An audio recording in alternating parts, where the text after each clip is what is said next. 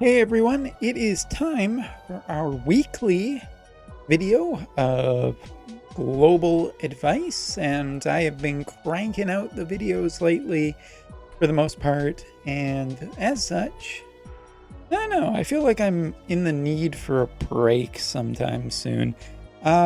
Let's talk first and foremost about JP and what to expect for JP this week. First of all, there really isn't going to be too terribly much that is going to be interesting happening on the Japanese side, because our next update is not until October 1st, which is Saturday.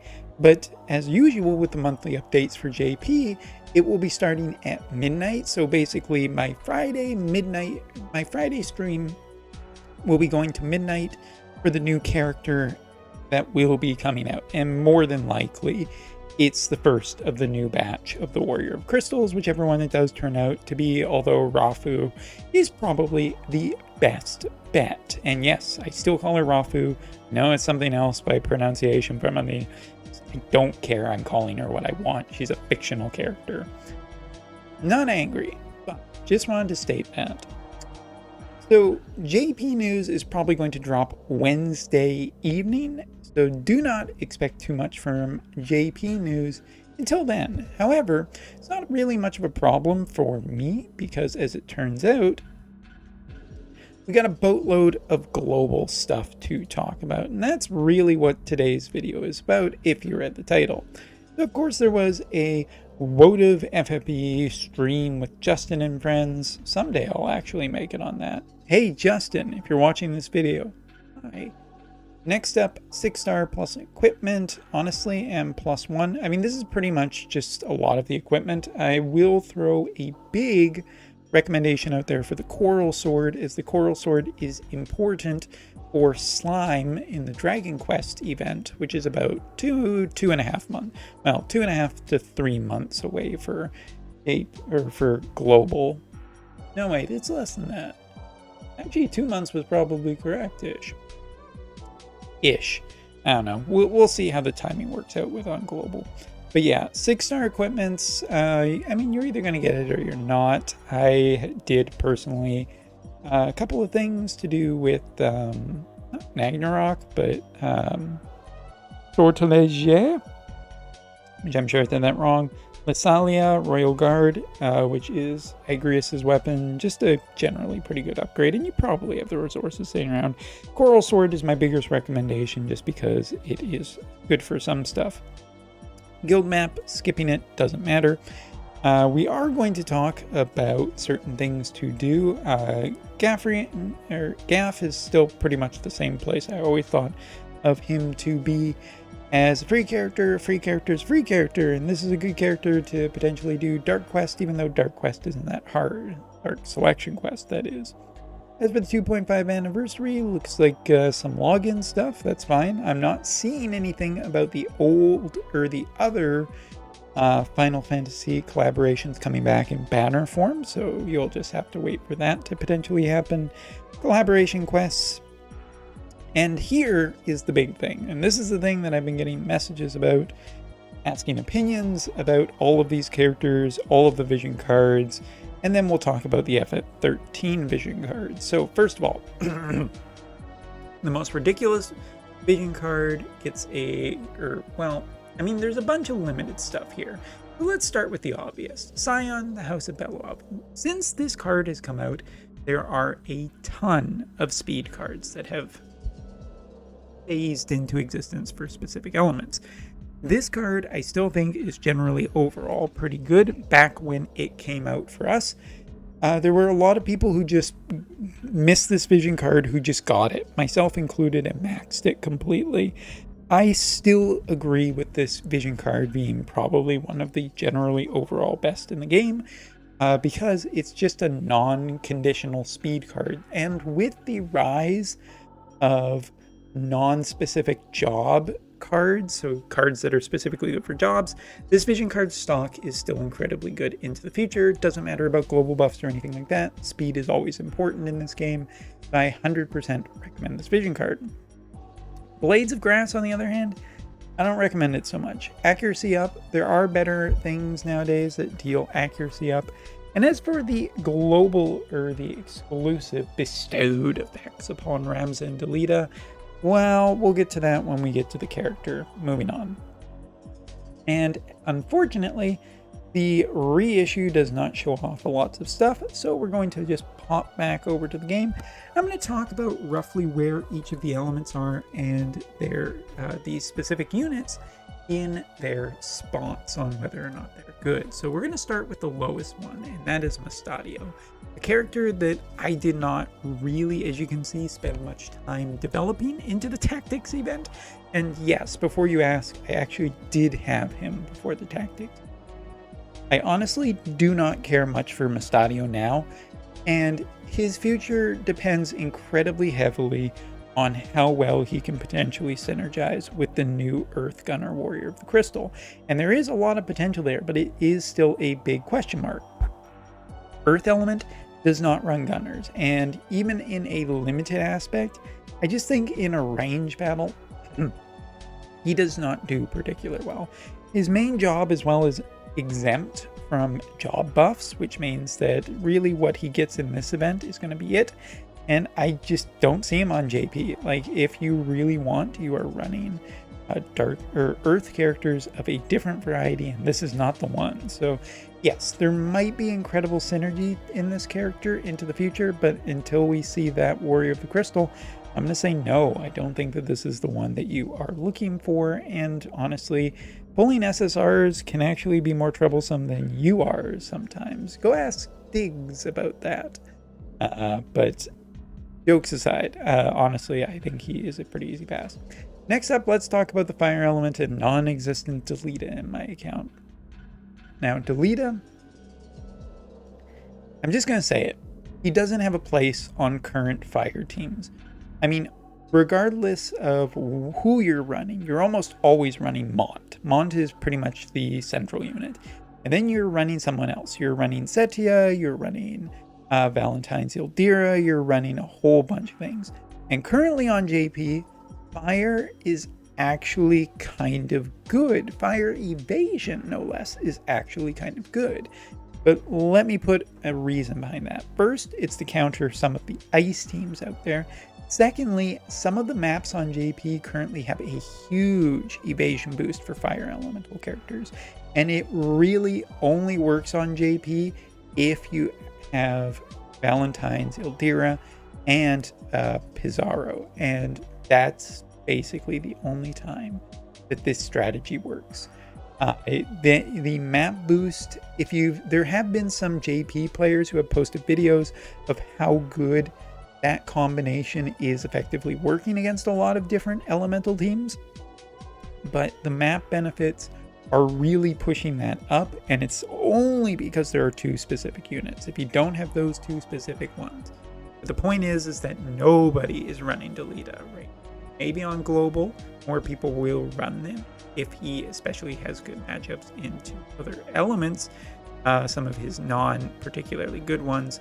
But I'm just going to say it right now. For people who don't want to hear it, I guess shut your ears for the next few seconds.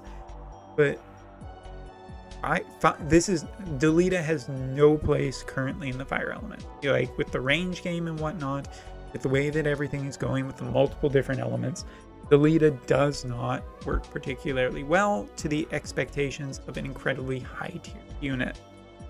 Alright, now that I said that, y'all can do whatever the hell you want. If you like Delita, build them, have fun with them in PvE. I just think that PvP, especially with some of the new characters that are coming for global, and Reagan, who will also be coming, he is going to be outclassed severely a lot by lots of other characters. Yes, I see this flicky piece of hair. Let's just mess it up, and it actually looks kind of better. Okay, moving on. Next up is Ice, and I have talked about Ice to an amount. If you want to see more about Ice, go check out one of those other videos and get me some ad revenue. Thank you. But in all honesty, Agrius is an absolutely perfectly competent character and quite a lot of fun for people to use who like status effects, and she is a plenty good tank. She can be a great physical tank. or at least, you know, pretty damn good one, and a pretty damn good magical tank. Basically how it works out. She's a really good character across the board. I love her a lot. I'm really glad to have 120'd her. I still prefer Snow over her, and that's okay. But yeah, that's basically the situation with that, and I don't regret anything. I also don't regret Zoma either, but that's for global in about 2 months. All right, and who else am I forgetting? Well, there's 2 more characters I'm forgetting. First of all is Mr. Sid. And just for the sake of this video, so people don't be like, he doesn't even have a 120 Sid. There you go, it's done. Honestly, Sid is a pretty incredible character even to this day and is still used in high-level PvP and PvE content. The fact that he has just particularly initial shooting resistance means that he can be quite tanky to get to the other side and whack the chicken. That is not a euphemism either. But Sid is actually pretty good. The way his HP drain actually works and how durable he can be with some of the buffs he gives himself is all a pretty good mix. It's just the thing that Lightning is always kind of the first place Thunder unit I have seen for the last few months. As for other characters in the element, I mean, it's just been Summer Helena or Ibarra, you know, depending on who's a bonus unit, but both of those units are also pretty high ranked right now on JP. So there's a lot of competition. That's what I'm trying to get around to. Lightning has almost never lost her place in any Lightning Thunder based PvP team that I've seen recently, but I have still seen a good amount of Sids, and they can be quite tricky to deal with sometimes if you don't kill them, and the map is pretty short and they have a good amount of resistances. It's a lot of ifs and ors, but it's still particularly worth recommending. Sid is one of the tactics characters that I recommend the most because I think he is just in a good element that has longevity over the next few months, depending on Christmas units and Halloween units, but still, I think that he is actually one of the higher recommendations. And last but not least, everybody's main boy, and shout out to Evil Laughter, an old FFBE player who thought he was the prettiest girl at the ball. I think that Ramza is pretty damn okay. I haven't been using the Light Elemental team too terribly much lately. And in terms of PvP, this is not the character you're seeing at all. In terms of support and just general use, much in the way of hope, Ramza does fall into a similar spot with essentially my recommendation. He's just a character who is particularly pretty good, but pretty good does not pay the bills in PvP and PvE. I mean, there's multiple different avenues. So yes, if you like this character, he's particularly fairly good. He did see some use in PvP at the start, but with the fall of light teams on JP, he is definitely not one of the higher recommendations. So for overall, let's give a priority list for what should be the highest polls that you should want to do during the Final Fantasy Tactics event. And let's bring this up again, just because it's a fairly useful thing. First of all, Scion and the House of Beluov is my biggest recommendation, just with the way vision cards are, how to get their shards and everything, and all of that. I honestly think it is the best and most recommended thing, not only just because it's a generally good non-elemental vision card that can be used on any party, but because as we go on into the 3rd year, there's going to be more and more importance placed on job-based vision cards, and certain vision cards that are not elementally inclined in most of their features, such as Ifrit, such as potentially even Shiva or Ramu. All of these basic cards, and the House of Beluov, which has no elemental clause on it for its major feature, these will become more and more important into the future, giving better life cycle to older cards and combining them with newer cards. So I do recommend Scion House of Beluov the most. In terms of others, Red Chocobo is actually pretty decent. Haven't touched on it before now, but I will just say it really quickly. MRs can be more difficult to get than URs, but both the Esper, which is a sword-based Esper, is pretty damn good to get your hands on. It's a lower cost Esper, so it's easier to build. And the vision card does have some extra benefits for the light element that should not be overlooked. Blade of Grass is my bottom of the barrel for vision cards in this event, and I don't even think so. Even lower than the 13 cards, but we'll talk about that really quickly. Next up is characters. So Gafgarian is free, so he always gets placed at the top of the list. He really doesn't cost much in the way of resources, so get everything you need to build him, even if you're not going to build him. This goes for newer players.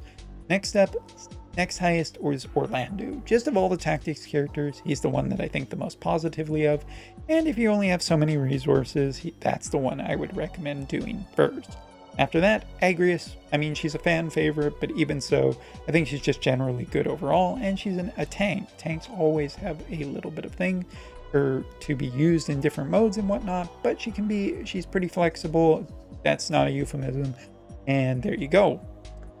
Next up would be Ramza, who I would put being as just pretty good for the light element, but will lose speed pretty quickly. Delita is my bottom of the URs, but as being a UR, still a little bit better than a lot of the lower tier characters, but you can still get some use out of him. I know some people do like him, so I'm not going to put him. The lowest I put is just Mustadio, just too much of a wild card. And if you get him while pulling for other characters, good. Specifically pulling for him could end up being miserable. Unless there's some kind of pity I've forgotten about. But even if I don't care about this character, I don't think he's really that good. And until proven otherwise, when we probably, by the time at this rate, when the Earth Gunner Warrior of the Crystal does show up, who knows? Could be time for another tactics collaboration by the time that in a half series. But yeah, Mustadio is probably my lowest just because he doesn't fit with current Earth Element, and the Earth Element is kind of just not the best damage dealers at the moment. It has some good ones and some really good sustainability, but Mustadio is not there, and overall his status of XP is pretty lackluster. So there you go. And now, bringing it all around, let's talk about the 13 vision cards. If you had to choose between all of the vision cards out there, and there are quite a few of them, well, if you need help between the tactics ones and the Final Fantasy 13, this is my overall recommendation. House of Beluov gets highest priority over everything. I just think it's that good. I've said my reasons multiple times by now. As for the other ones, really depends on what characters you're looking into the future. A fire accuracy card might be good if you're planning on Reagan, but we're not even 100% sure Reagan is the fire element, so kind of probably the hardest to recommend. Chocobo is good for light element, as is Alexander's Chosen.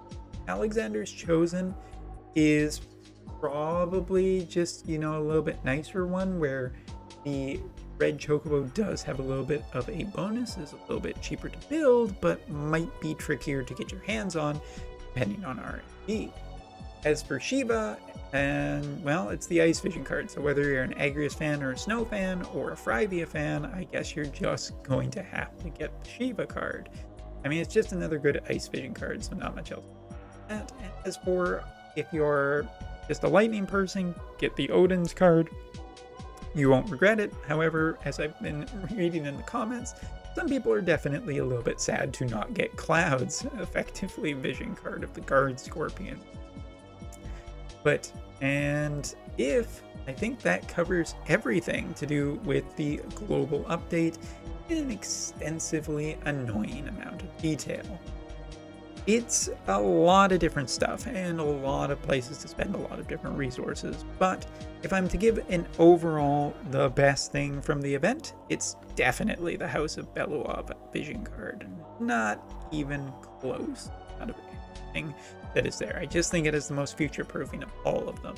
As for character-wise, well, for the tactics, I basically said Orlando's pick, but I've said that you can make anything effectively work. Nothing in tactics is really that bad.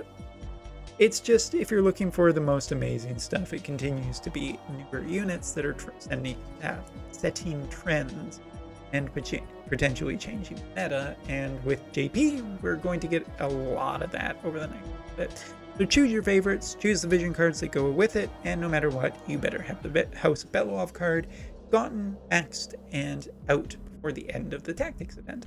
So anyway, thanks so much for watching. Take care, and damn it, I missed the 20-minute mark. I tried to cram a lot of information into this, but still, I couldn't get under 20 minutes. Woof. We're going to end on 2022 just for